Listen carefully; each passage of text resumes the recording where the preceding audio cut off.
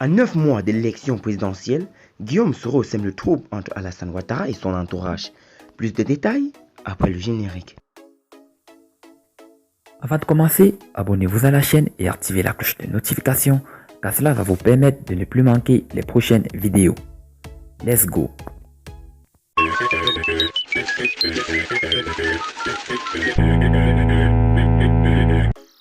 Alassane Ouattara dirigeait officiellement son divorce d'avec Guillaume Soro. Selon les révélations du magazine Confidentiel Afrique, le président de la République se serait braqué contre les faucons de son entourage qui ont contribué à cette séparation. Le vrai bonheur, on ne l'apprécie que lorsqu'on l'a perdu. Faisons en sorte que nous n'ayons pas à le perdre, mais à le garder le plus longtemps que possible.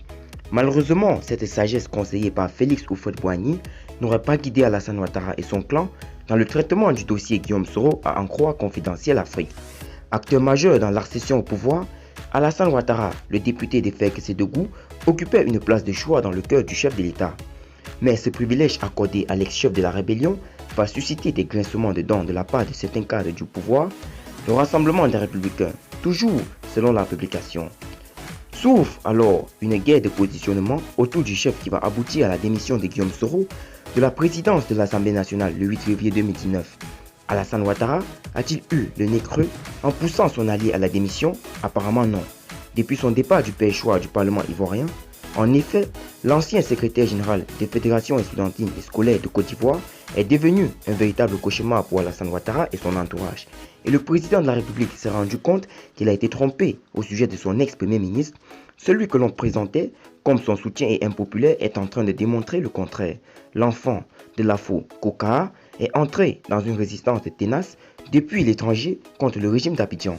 Selon Confidentiel Afrique, Alassane Ouattara digère difficilement le départ de son ex-premier ministre. Alors qu'il avait prévu de passer une semaine à sa résidence Les Mouguins, l'homme fort ado a fait moins de 72 heures, hanté et rattrapé par l'affaire Guillaume Soro. Révèle le magazine panafricain selon lequel le président Ouattara devient méfiant et se braque contre les faucons du palais et du régime. Désormais, dans l'entourage du chef de l'État, c'est la foi au soupçon. Ado soupçonne dans son clan des fuites et se rend compte que Guillaume Soro est bien informé de moins de détails du plan concocté par certains faucons pour l'isoler de l'ex-président de l'Assemblée nationale et le fragiliser.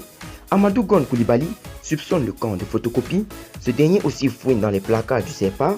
Gon Coulibaly. Idem pour Ahmed Bakayoko qui cherche à faire porter le chapeau à la photocopie et à Gon, décrit Confidentiel Afrique. Pendant ce temps, Guillaume Soro marque des points et est en train de faire mordre la poussière à Alassane Ouattara sur son terrain de prédilection, la communauté internationale. Le fiasco qu'a connu l'ancien directeur général adjoint du FMI au récent forum de l'investissement au Royaume-Uni Afrique à Londres montre clairement l'ascendance que Bogota a pris le pouvoir d'Abidjan au plan international.